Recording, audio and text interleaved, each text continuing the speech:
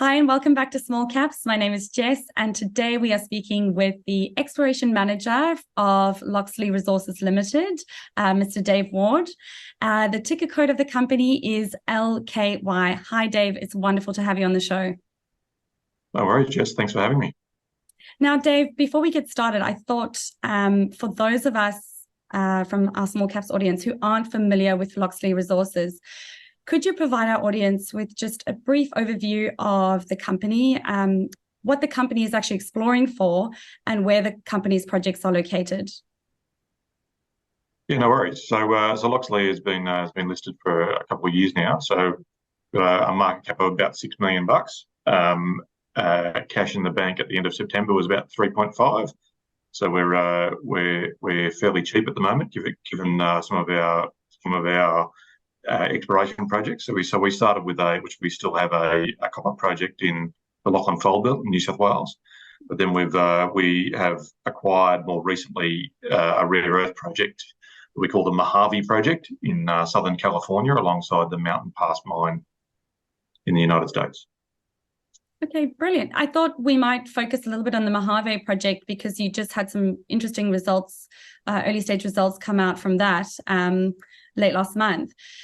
I was wondering, could you provide us with an overview of the company's flagship Mojave project in the US and its significance in the context of the growing demand for rare earths? Yeah, absolutely. So as some of the audience might already know, the rare earths are a critical minerals that are very important in the renewable energy space.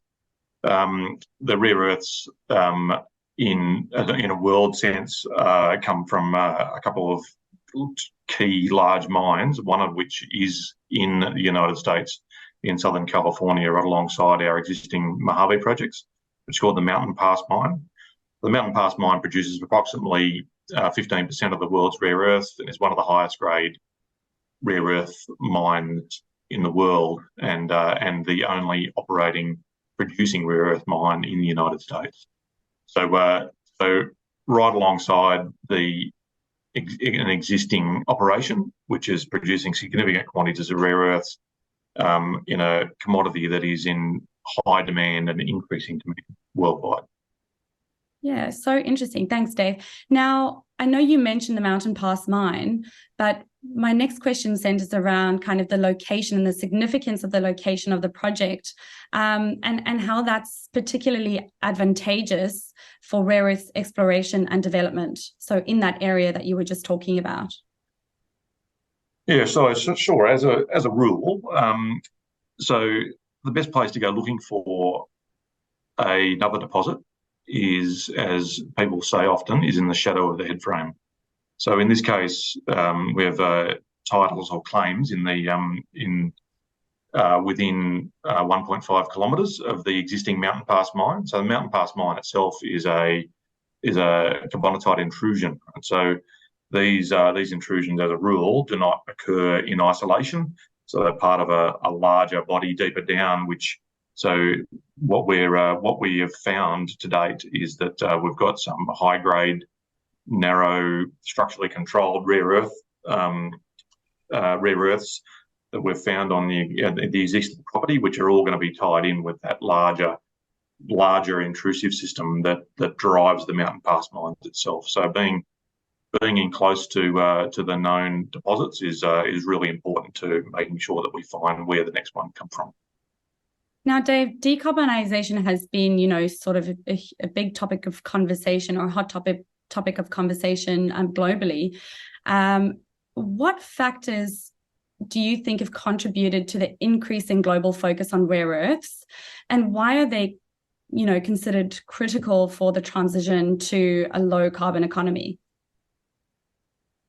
Yeah, sure. So the rare earths themselves are extraordinarily important. So they are very critical minerals in the low carbon economy. One of the main elements is neodymium and praseodymium, which are two of the rare earths that we're looking for. So these rare earths are used as high strength magnets, right? So magnets are used in electric motors, electric motors that drive EVs, that are used in wind turbines in order to generate electricity from renewable energy sources. So this is the key driver for the demand in these rare earths. And so you mentioned 2 rare earths elements now that you're looking for and exploring for at the moment at your Mojave project. How would a potential discovery and development of rare earths at the Mojave project sort of align with the growing global demand for these elements, these 2 particular elements, in the renewable energy sector? Yeah, sure. Any discovery of rare earths anywhere in the world, especially in a solid jurisdiction with known and well understood mining practices, is going to be significant in a world stage. So a lot of rare earths are actually produced in China. And everyone knows that during the COVID years, we had increasing supply constraints in getting materials and goods from overseas. So having a local source that where the United States or the Western world can source rare earths from our own supply is going to be increasingly important as time goes on. Yeah, I couldn't agree more, Dave. And, you mentioned China, and we know that China has quite a substantial grip on rare earth supply globally. They account for 63% of the world's rare earth mining, 85% of rare earth processing, 90% of rare earth magnet production. So they really do have quite a substantial grip on the supply. Now, we also know that China recently placed export restrictions on graphite. I think that was sort of announced sometime last month. Do you think that there's a possibility that other metals and minerals like rare earths could be next? Yeah, absolutely guaranteed. This is the key critical risk that we have in the supply of these critical minerals for use elsewhere. So if we don't have our own supply, then we're always at risk of being caught with our pants down. Yep. And I guess, in light of this, what are the strategic benefits in your view for, Australia and the United States developing their own rare earths capabilities? And how does Locksley Resources play a role in this? You mentioned you had projects in Australia and in the US. So you're exploring for copper and rare earths. Both of these arguably are critical minerals required for decarbonisation. So yeah, just want to understand your thoughts of how, with Australia and the United States developing their own domestic rare earths capabilities, how important is that? Yeah, so it's very important for us to have our own industries supplying these critical minerals. As you can see, this has happened in other areas as well. Like this is what we when there's an increased demand for a particular commodity, if lithium, for instance, we as a community, as a mining community, this is what we do well, right? We can, when there's an increased demand and there's a need, there's becoming a desperate need for certain materials. This is where we can really step up, right? So where it has happened for lithium in Australia, so lithium has now become Australia's the biggest exporter of lithium. In that, it's happened in quite a relatively short time frame. I suspect that we can do the same both in Australia and the US. If you're given a bit of rope and the demand stays high, we will fill the void. This is what we do. Yeah. And now pivoting more specific on the Mojave project and the early stage exploration results that you have started to unveil over there. So now you had recent assay results from the project, which indicated a 12% total rare earth oxide content. Could you, for our small caps audience, just elaborate on the significance of that result and its implications for the project's potential as a whole? Yeah, absolutely. So this was our first. That was our first program, our first sampling mapping program that we came in on our El Campo project. So what we found was that we'd actually mapped out a significant strike extent of a prospective horizon, and so where we had actually during due diligence we picked up some rock chip samples not far off 10% total rare earths, and then during our follow up mapping program, we defined some significant strike of these rare earths. So we got so in an old prospecting pit there was a outcropping mineralized structure was running 12.1% total rare earths. So this is so what is actually significant about that is also that it was very high neodymium and praseodymium. So the NdPr contents were above 3% for that sample. So they are the extremely high value materials, right? So this horizon is a narrow, high grade deposit with extremely high value material within that. Okay, and now, so Dave, what's next at the project? So you've done some early stage sort of exploration. What's next? What can we sort of expect in the next sort of 6 months? Yeah, so we got in pretty early and put in applications to drill that 12%, right? So we have accesses arranged. So that was we're just waiting for approvals to come through for drilling of that. So what we also did along with that mapping project is we did some stream sediment sampling on our what we call our North Block project, which is on the north side of the Mountain Pass mine. So this area is much larger and is very underexplored. We'd actually done some significant.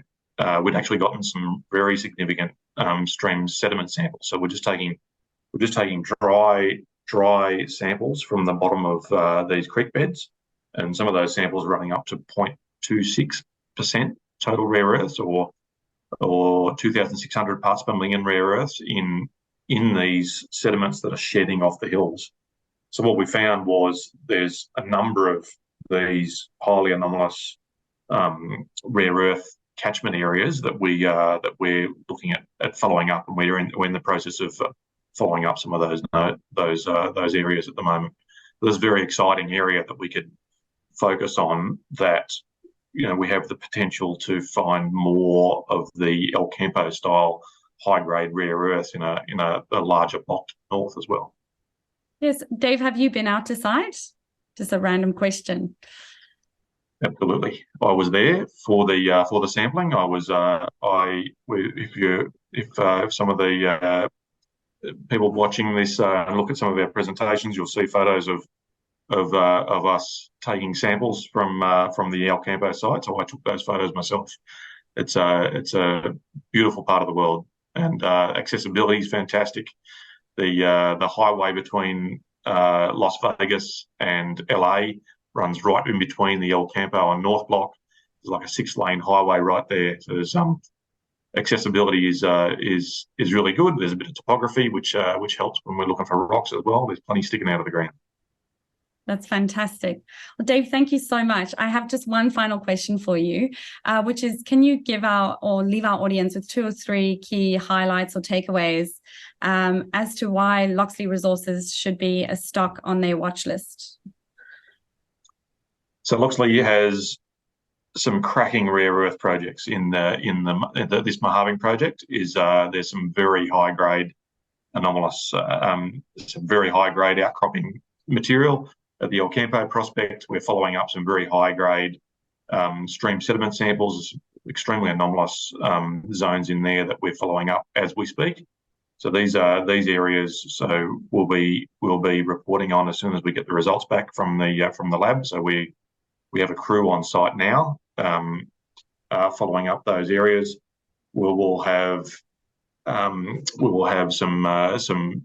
some news hopefully about our drilling applications. We can get in and also test the 12% total rare earths So, and on top of all that, we have a copper gold resource in our Tottenham project in New South Wales. So there's a significant amount of copper in that system. There's nearly 10 million tonnes at 0.72% copper and some gold. So the copper is becoming an increasingly important material in the low carbon space as well, as we need copper to drive that industry on top of the rare earth. Yeah, fingers crossed, Dave. And also, not to mention from a macro perspective, really critical for the US and Australia to secure a supply of rare earths, particularly as they contribute to the, decarbonisation and as part of their sort of listing as a critical mineral as well. So thank you so much, Dave, for your insights. I really appreciate you talking with us and our small caps audience today. And we really look forward to having you back on the show to chat with us again soon. No worries, Jess. Thanks for having me again.